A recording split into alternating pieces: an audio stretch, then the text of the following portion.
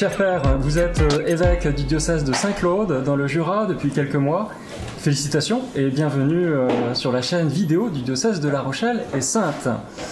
Vous prêchez une récollection sur la mission pour les curés de notre diocèse. Il était question de nouvelle évangélisation, mais comme ça fait 30 ans qu'on en parle, est-ce que l'expression nouvelle évangélisation a encore du sens?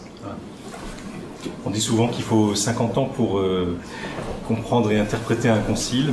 Je crois que cette expression, elle était finalement assez peu connue et assez peu réfléchie au plan pastoral dans notre pays. Et cette session est l'occasion de pouvoir la redécouvrir et d'en découvrir les implications pastorales dans la vie d'un diocèse, dans le ministère des prêtres.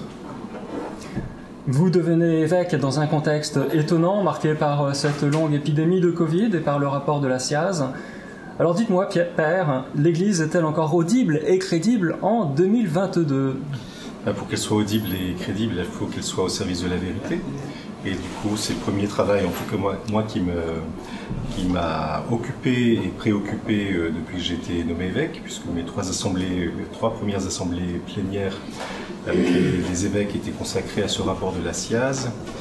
Et donc c'est une plongée dans ce monde de la souffrance des victimes qui est très prenant et qui est très impressionnant, qui est très grave pour un évêque, encore plus pour un nouvel évêque qui découvre son ministère. Mais je crois que ce service de la vérité, ce service de l'accompagnement et de la charité, de mettre les victimes au cœur de notre pastoral, c'est une condition de crédibilité pour l'évangélisation et c'est aussi un acte d'évangélisation. Vous êtes à la fois un théoricien et un praticien de la mission. Est-ce que vous pouvez présenter un projet missionnaire qui a rencontré dans votre vie de prêtre du succès? Je voudrais partager une expérience missionnaire dans mon diocèse que je vois depuis que je suis arrivé dans le Jura, où deux prêtres de mon diocèse, une semaine par mois, vont visiter leurs paroissiens. Ils laissent leur presbytère et vont visiter leurs paroissiens, et pas seulement que leurs paroissiens, les habitants des villages qui leur sont confiés. Et c'est vraiment, ils me disent la joie à travers ce ministère itinérant de redécouvrir le cœur de leur ministère, d'aller à la rencontre des gens. C'est une façon de mettre un peu en pratique l'invitation du pape François dans la joie de l'évangile, de passer d'une pastorale de la conservation à une pastorale vraiment missionnaire, ou pour le dire autrement, d'une pastorale de la cloche à une pastorale de la sonnette, où on va sonner chez les gens pour les rencontrer. En tant que jeune évêque, vous êtes un représentant de l'Église de demain. Comment est-ce que vous voyez l'Église en France dans 20 ans? Alors, dans 20 ans, je ne sais pas bien.